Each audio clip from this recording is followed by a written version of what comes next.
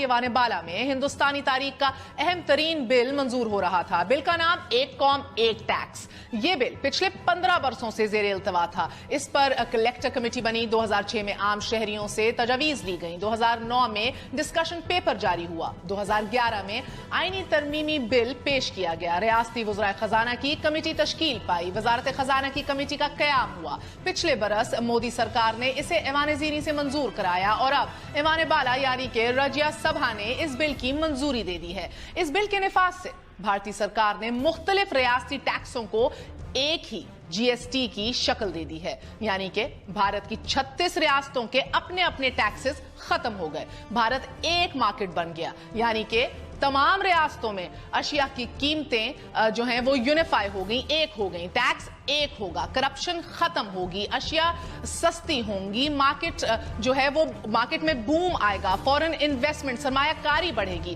سرمایہ کاروں کو مختلف ٹیکسز کے جنجال سے بچایا گیا ہے۔ ناظرین، ایک ہی ٹیکس ادا اب کرنا ہوگا بھارت میں اور اس سے بھارتی معیشت کو پر لگ جائیں گے۔ اب آ جائیے اپنے وطن عزیز کے ٹیکس نظام پر۔ عوام پر 18 قسم کے مختلف ٹیکسز عائد ہیں پاکستان میں۔ ٹیکسز کی ادائیگی کے لیے 25 اداروں کی خاک چھاننا پڑتی ہے۔ ٹیکس چوری اور ٹیکسز کی بڑھتی شرح سے عام آدمی کا جینا محال ہو چکا ہے، متوسط طبقہ سڑک رہا ہے، اور قوم کی ان ٹیکسوں کی اس بھرمار سے کب خلاصی ہوگی، کب نجات ملے گی؟ حکومت سادہ اور مؤثر ٹیکس نظام رائج کر کے عوام سے یہ بوجھ کب اٹھائے گی، اور ایسا کیوں نہیں ہو رہا؟ پیر کو اسحاق ڈار صاحب سے خصوصی انٹرویو میں یہی سوال میں نے اٹھایا۔ یہ جو ون نیشن ون ٹیکس ایک انقلابی ریولوشنری قدم بھارت اٹھانے جا رہا ہے، یہ پاکستان میں ممکن کیوں نہیں؟ ان کا کیا کہنا تھا، ملاحظہ کیجیے۔ جس طرح ارون جیٹلی نے کہا ہے، یہ میں جاننا چاہتی ہوں، یہ ہم کیوں نہیں کر سکتے؟ ارون جیٹلی نے کہا، فائنانس منسٹر نے، ون نیشن ون ٹیکس، یعنی کہ پورے بھارت کے اندر یہ اگلے ہفتے بل اپنا پش کر رہے ہیں کہ پورا نیشن جو ہے ایک ٹیکس دیا کرے گا، جس کی وجہ سے ٹوٹل لیول آف ٹیکسیشن کم ہوگی، ایز آف بزنس بھی ہوگی، اور آل فارمز آف کرپشن بھی ایلیمینیٹ ہوگا۔ ہم دیکھتے ہیں کہ وہ ہم دیکھتے ہیں کیسے وہ انڈیا کیا کرتے ہیں۔ ہمارے ساتھ ڈاکٹر اکرام الحق صاحب موجود ہوں گے، ٹیکس ایکسپرٹ ہیں، کسی تعارف کے محتاج نہیں۔ ڈاکٹر صاحب السلام علیکم۔ جی وعلیکم السلام۔ سر مجھے بتائیے گا کہ کیا یہ بہت ہی بھونڈا سوال تھا یا کوئی جوک تھا، یا ہمارے لیے تصور نہیں کیا جا سکتا کہ ہم بھارت کی طرح ون نیشن ون ٹیکس جیسا کچھ انٹروڈیوس کرائیں؟ جس طرح آپ نے دیکھا اس کا اسحاق ڈار صاحب ہنس دیے۔ نہیں، بہت آپ کا جو تھا وہ سوال تھا، بہت ہی ویلڈ تھا، کیونکہ جس طرح کا چیلنج ہمیں درپیش ہے اس میں ہم نے بہت زیادہ ٹیکسز لگا رکھے ہیں، بہت ادارے ہیں جیسا بھی آپ فرما رہی تھیں، اور اس کی وجہ سے ہماری معیشت پر بھی برا اثر ہو رہا ہے، اور ہم جو ٹیکس ہمیں کلیکٹ کرنا چاہیے وہ بھی نہیں کر پا رہے۔ انڈیا نے بہت عرصہ اس پہ ڈیبیٹ کر کے پبلک ڈیبیٹ کی، ہاؤس میں ڈیبیٹس ہوئی، اور ایک بہت اچھی ایک لمبی کاوش رہی۔ اس طرح کی کوئی کاوش یا انسٹیٹیوشنل ریفارم یا اتنا بڑا ریفارم لانے کے لیے پاکستان میں کام شروع ہوا ہے، یا اس کے حوالے سے سوچا جا رہا ہے؟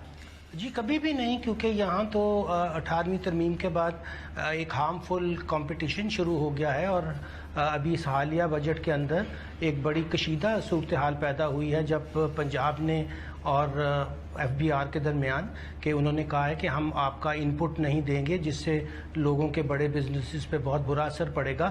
یہاں تو بالکل الٹا ہو رہا ہے، بجائے اس کے کہ ہم ہارمونائز سیل ٹیکس کی طرف جائیں جیسا کہ کینیڈا میں ہے، ابھی انڈیا نے بھی اس کو فالو کیا ہے، ہم تو اس کے بالکل برعکس جا رہے ہیں، جس سے حالت یہ ہے کہ ہمارا اس وقت نہ صوبے مناسب ٹیکس اکٹھا کر پا رہے ہیں اور نہ فیڈریشن، اور آپ نے دیکھا ہوگا کہ اگر انہوں نے اس دفعہ 3100 ارب اکٹھا کیا، اس میں سے صوبوں کو دینے کے بعد جو ریاست کے پاس بچتا ہے اس میں سے تو ہم ڈیٹ سروسنگ بھی نہیں کر سکتے جو 1600 ارب ہے۔ اچھا، اور لاسٹلی سر یہ بتائیے گا کہ یہ ریولوشنری انقلابی قدم بھارت نے اٹھا لیا، ایک لمبی کاوش رہی، مگر مجھے بتائیے کہ پاکستان جو ہے وہ ایک ہارمونائز کنزمپشن ٹیکس کی طرف کس طرح بڑھ سکتا ہے، جس سے ہماری معاشی ترقی بھی ہو، جس سے ہماری کرپشن بھی جس کے اندر ختم ہو، اور جس کے اندر ایز آف ڈوئنگ بزنس جو ہے وہ ادھر قدرے بہتر اور آسان ہو جائے؟